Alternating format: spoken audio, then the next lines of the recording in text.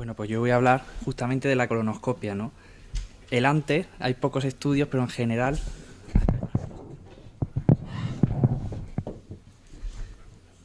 es bastante frecuente que pueda provocar cierto estado de ansiedad, ¿no?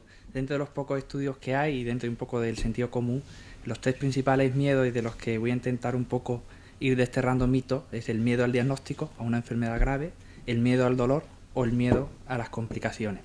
Hay otros miedos que también iremos comentando, como la situación embarazosa, el haber tenido experiencias previas desagradables, el siempre llama la atención el que le ha pasado mal, que ese realmente asusta mucho más de todos los que realmente no han tenido problemas, que luego cuando te enteras se le ha hecho mucha más gente de lo que parece y no es para tanto en general, ¿no?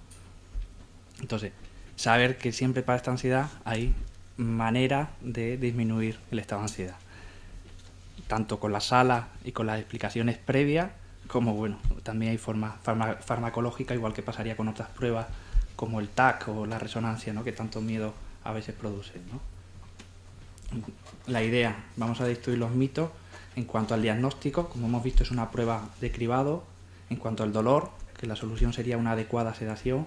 Y en cuanto a las complicaciones, que estas son realmente raras, sobre todo en una prueba enfocada al cribado. No es lo mismo una colonoscopia una persona ya sangrante o una persona con pluripatología que una persona a priori sana. Además, generalmente la endoscopia ha avanzado mucho y se puede resolver en el propio acto, como iremos viendo. Un poco lo que está hablando del cribado es que una prueba de cribado tiene que cumplir unos requisitos obvios. Uno, que sea una prueba simple y segura, porque lo vamos a hacer en pacientes sanos y no podemos estropear un paciente sano que no tiene nada con una prueba agresiva, ¿no? Que sea válida, fiable y eficiente, y que sea una prueba aceptable por la población general. Y esto es lo que en la colonoscopia más hay que insistir, que a veces cuesta, que sea una prueba realmente aceptable. Y por supuesto que el beneficio sea superior a los posibles riesgos que pueda tener, ¿no? Miedo al diagnóstico.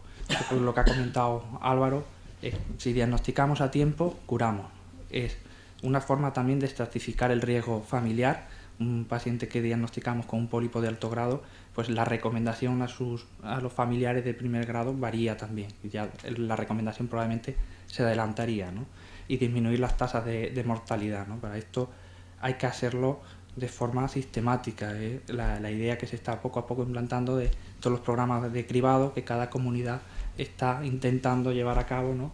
Bien en principio con la sangre oculta NS, y los resultados son buenos cuando la gente lo acepta y lo hace, ¿no? El principal problema que tienen los programas de cribado es justamente la persona que se hace la sangre oculta, el hacerse luego la prueba, y que realmente mucha gente que se le propone no se le hace por todos estos mitos y por todos estos miedos, ¿no? Miedo al dolor. Miedo al dolor. La clave del miedo al dolor es la correcta sedación. Muy importante, antes las colonoscopias se hacían pues prácticamente a lo vivo, los tubos eran más gordos, las preparaciones eran muchas veces estaban poco protocolizadas, y era uno de los principales motivos. Gente que se ha hecho una colonoscopia ha metido miedo a él y a toda la familia alrededor para hacerse otra, ¿no? Esto con la sedación, que no solo evita el dolor, sino que además mejora la calidad de la colonoscopia, ¿no? Aumenta la eficacia, el paciente no se mueve, podemos estar tranquilos a la hora de verlo, y yo creo que esto es fundamental, ¿no? La sedación, normalmente nos podemos mover lo que es una analgesia, sedación moderada y una sedación profunda, ¿no? Cualquier fármaco que usamos hoy día tiene capacidad de una a otra. Si usamos poco va a estar más despierto, si profundizamos más va a estar más, sin llegar, en ningún momento no queremos llegar a la anestesia general, porque no es necesaria para este tipo de pruebas. Es un dolor leve y no hace falta tener un paciente intubado con demasiado complejo, ¿no? Todo esto ha cambiado mucho con la aparición del propofol a partir de los 90.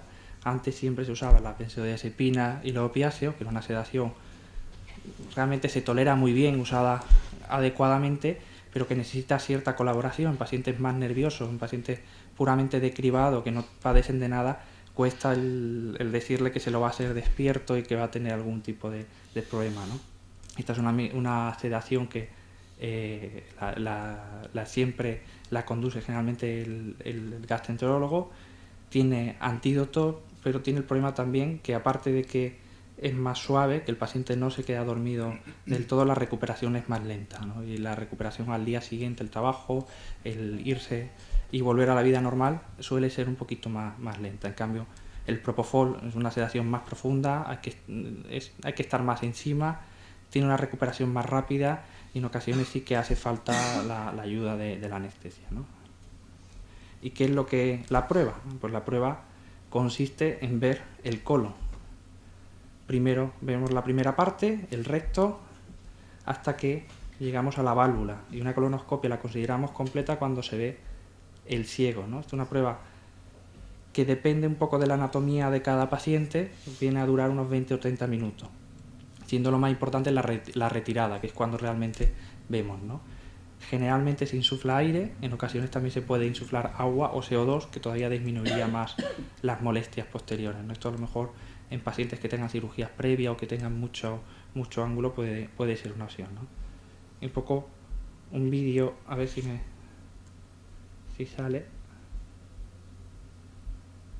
de lo que es la colonoscopia. Esto sería, no sé si... Sí.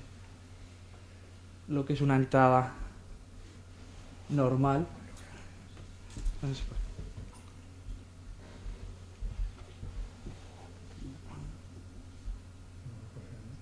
No sé si se ve, ¿no? Aquí lo que vemos es cómo va pasando el tubo conforme se va entrando. Vemos que además es una preparación perfecta. Esto es lo que buscamos. Aquí sí podemos ver lesiones. Y esto es la entrada. En la entrada no se ve tan bien como en la retirada, que ya lo tenemos totalmente distendido, ¿no? Bueno, esto sería llegar hasta el final, un poquito largo, y la voy a pasar, ¿no?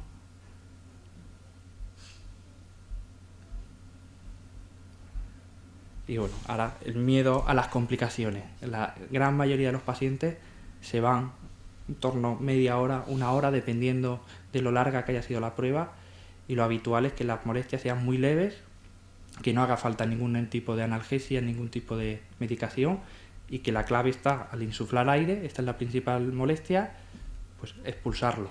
Siempre tenemos al lado de la sala, por lo que llamamos la sala de las tormentas, que empieza... Y una vez que ya empezamos a escuchar el ruido, ya nos quedamos tranquilos y el paciente ya se puede ir a casa, ¿no? La vida normal, en menos de 24 horas, prácticamente la norma, ¿no? Aunque el fármaco que generalmente utilizamos para la sedación, el propofol, tiene una vida media corta, un poco por requisito legal y porque hay veces que se usan algún otro fármaco, tiene que venir acompañado por el tema de conducir y por el tema que se pueda ir a casa antes, porque bueno, puede tener 6-8 horas todavía que esté un poquito más atontado, ¿no? Las complicaciones mayores, las dos principales, las que todo el mundo le preocupa, son dos propias de la propia prueba, que sería o el sangrado o la perforación, que no es más que la rotura de la pared. Son complicaciones raras. Estas dos complicaciones, si ocurren en el momento, se pueden solucionar con un arsenal que hay y que cada vez está más en desarrollo, con clic, con spray, con unas grapas que cerramos perfectamente cualquier tipo de orificio. Y además que es muy importante saber que estas complicaciones mayores vienen muy determinadas por las características propias que tiene el paciente. Entonces, en un programa de cribado, antes de el que salga una prueba positiva, es importante que o el médico de cabecera o el digestivo le haga la entrevista personal al paciente, que quede muy claro qué riesgo tiene o qué riesgo deja de tener, para plantear si hay que hacerlo de una forma o de otra, ¿no? De los medicamentos que toma, si toma fármacos antiagregantes, si no toma, si toma hierro para que haga una preparación adecuada, las enfermedades, las cirugías, ¿no? Y que esta tasa de complicaciones lógicamente disminuye muchísimo en manos expertas, ¿no? El hacer un programa de cribado, los colonoscopistas que lo hacen deben estar acostumbrados a que hagan colonoscopias pues mínimo 3 veces a la semana, que no sea una cosa esporádica, ¿no? Para un correcto diagnóstico, la clave primera y fundamental es la preparación, ¿no?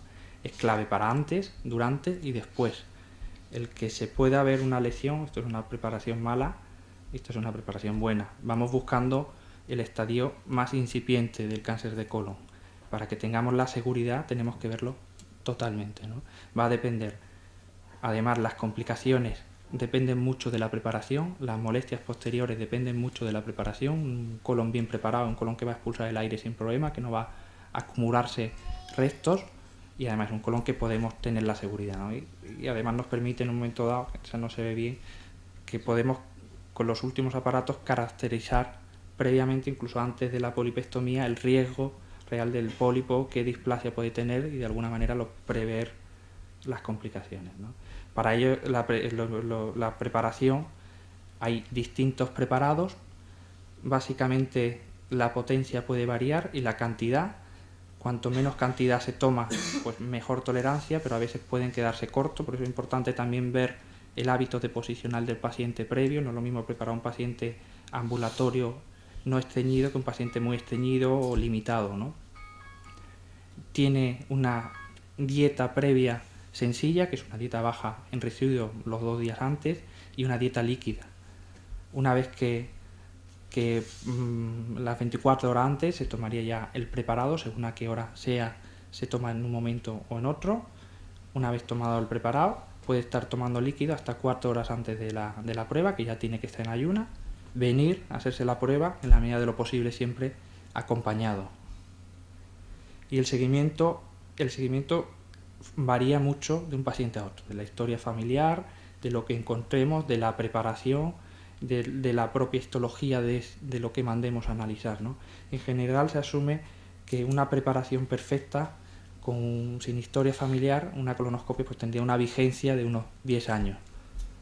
Entre 2 pólipos menores de 10 milímetros se haría en torno a los 3 años, pólipos mayores de 10 milímetros de alto grado con carcinoma in situ, pues ya sería 6 meses, 1 año. Siempre se actualiza con respecto a la última colonoscopia. Si hacemos ya una colonoscopia con un pólipo de alto grado y ya es normal, no tenemos que repetirla otra vez a los 6 meses, sino ya se va dando un poco más de tiempo, ¿no? Por tanto, en conclusiones de esta prueba, que es fundamental la información del paciente, que el paciente se quede tranquilo, que pregunte todo lo que necesite, y que realmente muchos de estos mitos no son tales, ¿no? Y la preparación previa, insistir que es la clave de la prueba, ¿no?